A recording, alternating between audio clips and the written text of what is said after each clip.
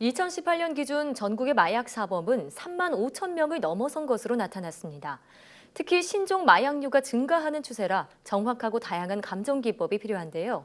오늘 사이언스 CSI에서는 마약 퇴치에 앞장서는 법 화학 감정에 대해서 알아보겠습니다. 어서 오세요. 안녕하세요. 네, 알겠습니다. 자, 우선 법화학 감정이란 화학 물질을 분석하거나 아니면 마약 사건에 주로 쓰이면서 범인 검거에 아주 결정적인 역할을 하고 있다. 이렇게 알고 있는데요. 네.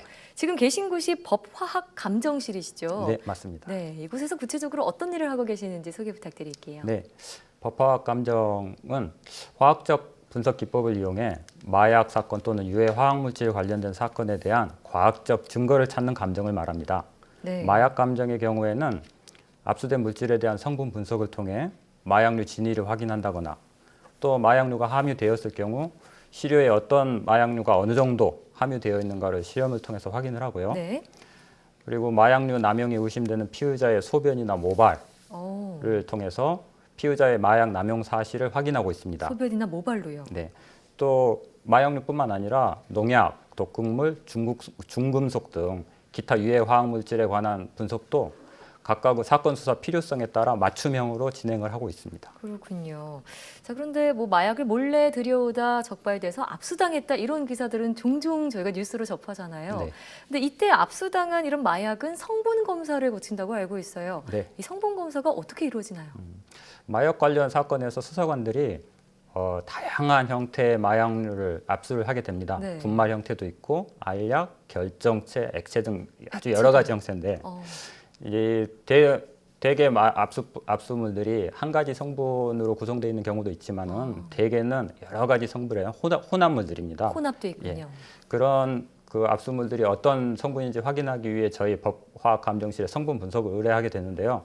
그럼 저희가 기기 분석을 통해서 그 압수물의 성분들을 분리하고 확인을 해서 네. 마약류가 포함되어 있는지 또 어떤 마약류인지를 확인하게 되는 것입니다. 그렇군요. 자, 그리고 앞서 그런 마약을 투약한 피의자들이라고 불러야겠죠. 그런 분들의 경우에는 좀 소변이나 모발 검사를 통해서 진행을 한다라고 하셨는데 네. 우선 소변을 통한 감정은 어떻게 이루어지나요? 소변 감정은 마약류 복용 후에 수일에서 2주 정도, 경우에 따라서는 한 달까지 마약 복용 여부를 확인을 할 수가 있는데요. 저희 감정실에서도 전체 감정물의 한 35%를 차지할 만큼 가장 일반적인 감정물입니다. 네. 소변 감정은 서로 원리가 다른 두 가지 시험법을 통해 감정 결과를 검증을 하고 있는데요. 편의상 예비 시험과 확인 시험으로 구분을 하고 있습니다. 두 단계로요? 예. 네. 예비 시험은 1시간 이내에 감정이 완료되어서 마약 복용 여부를 수사팀에게 신속하게 알려줄 수 있는 장점이 있지만 네. 마약과 유사한 화학 구조를 갖는 물질에 의해서 판정 결과가 영향을 받을 수가 있습니다. 정확도가 떨어질 수 있군요. 예. 그래서 예비 감정 양성 시료는 반드시 확인 시험을 통해서 다시 한번 양성 여부를 확인한 후에 네. 최종 결과를 판정하게 됩니다.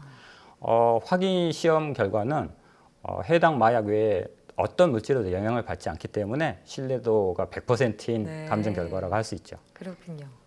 자, 그리고 또 뭐 소변 감성에서는 저 같은 경우는 영화를 너무 많이 봐서 그런지 막 다른 사람의 소변이랑 대체하는 그런 일들도 벌어지지 않을까 우려가 되거든요. 네.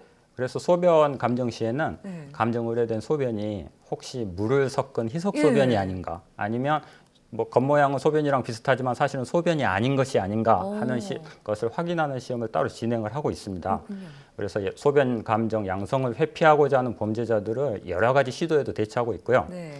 그리고 필요에 따라서는 소변을 이용한 DNA 감정을 통해서 네. 타인의 소변을 마치 자기 소변인 양 제출하는 경우에도 대처할 수 있도록 네. 저희가 시스템을 갖추고 있습니다. 그렇게 다 막아내고 계셨군요. 네.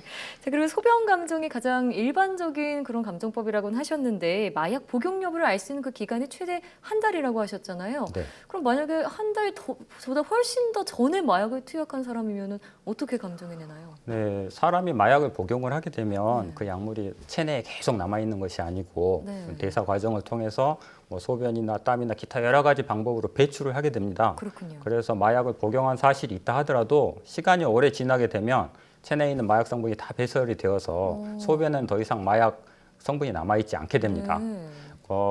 이러한 그 소변에서의 검출 기간 한계를 극복하기 위해서 마약 모발 감정을 시행하는 경우도 있습니다. 모발을 그때 수행하는군요. 네. 예. 이제 약물을 복용하게 되면 이제 소변으로 배출하는 것처럼 예.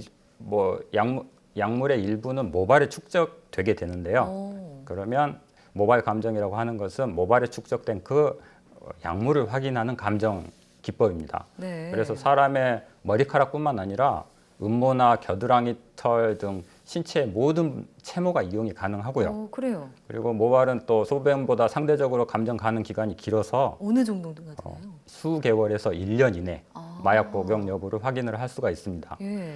특히 머리카락 경우에는 자라나는 길이가 일정하다는 특징을 이용을 해서 복용 시기 추정에도 이용을 할 수가 있습니다. 네, 그렇군요.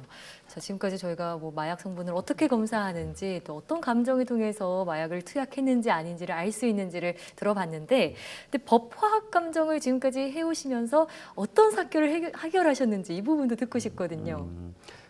2009년경인가 그 남자 프로농구 외국인 용병 대마초 흡연 사건이 있었습니다. 네. 근데 이 사건 같은 경우에는 소변 감정을 통해서는 대마초 흡연 사실을 확인을 할 수가 없었는데 모발 감정을 통해서 밝혀낸 바가 있어가지고 기억에 그렇군요. 남고요. 네. 또 중동이나 북아프리카에서 각성제로 쓰이는 카트라는 식물이 있어요. 네. 그것을 천연 그 염색제인 헤나로 위장해서 어. 국내로 밀반입하려는 시도가 있었는데 예. 성분 감정을 통해서 그것이 헤나가 아니라 카트라는 것을 걸. 아. 밝혀냈던 것도 기억에 남고요. 네.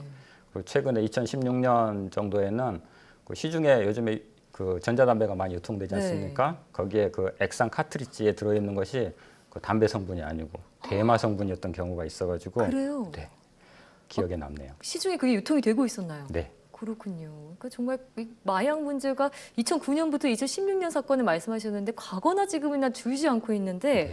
요즘에는 또 이 마약 거래가 은밀하게 좀 손쉽게 거래가 이루어질 수 있다고 해서 좀 더 폐해가 커지고 있다고 들었습니다. 어느 정도인가요? 네. 국내에서 남용되는 마약 중에서 가장 광범위하게 남용되고 있는 그 약물이 그 필로폰이라고 불리는 필로폰이요? 네, 메스암페타민이라고 하는데요. 네. 이제 국내에 남용되는 필로폰은 주로 해외에서 밀조돼서 밀반입이 되고 있습니다. 네. 그래서 수년 전까지만 해도 중국의 필로폰 밀조가 굉장히 큰 이슈였는데 중국이요. 네. 중국 당국의 엄격한 규제로 네. 최근에는 중국 내 필로폰 밀조는 많이 감소한 듯해요. 네. 하지만 그렇다고 해서 국내에 밀반입되는 필로폰 양이 감소하지는 않았습니다. 네. 그 이유는 중국 필로폰 밀조 조직이 타이완이나 태국이나 캄보디아 등 주변 국가로 이렇게 본거지를 옮겼기 때문이거든요. 그래서 국가 간의 이제 교류 중대화, 인터넷 발전 등을 통해 가지고 네. 국내에서 필로폰에 접근할 수 있는 통로가 그 어느 때보다도 넓어졌다고 넓어졌군요. 생각을 합니다. 예. 그래서 이제 필로폰은 육체적이나 정신적 의존도가 매우 커가지고 네. 단 한 번만 투약을 해도 그 헤어나올 수 없는 중독의 늪에 굴레에 빠지고 되네요. 빠질 수 있다고 예. 알려져 있는 약물이라서 상당히 심각하죠. 그렇군요. 자, 그래서 이루어지는 게 마약 지문 감정이라고 하던데 이게 뭔지 짧게 한 말씀 부탁드릴게요. 네. 만약에 이제 해외의 필로폰 밀조 조직이 네. 여러 경로를 통해서 우리나라에 필로폰을 유통했을 경우에 네. 그 밀조 조직이 만든 필로폰의 어떤 고유한 특성을 저희가 알고 있다면 어. 그 밀조 조직을 추적하는 수사가 추적하기 쉽겠죠? 쉬워지겠죠. 그래서 마약 지문 감정이란 이 다양한 분석 기법을 이용해서 압수한 필로폰의 물리화학적 특성을 분석하고 그 특성을 서로 비교함으로써 제조 및 공급원을 찾아내서 수사를 지원하는 감정 기법입니다. 그렇군요. 어떤 사건 간의 연관성을 추적을 하는 거죠. 그 사람의 고유 지문처럼 마약에도 지문이 있다 이런 말씀이 정말 흥미로운데요. 그렇습니다.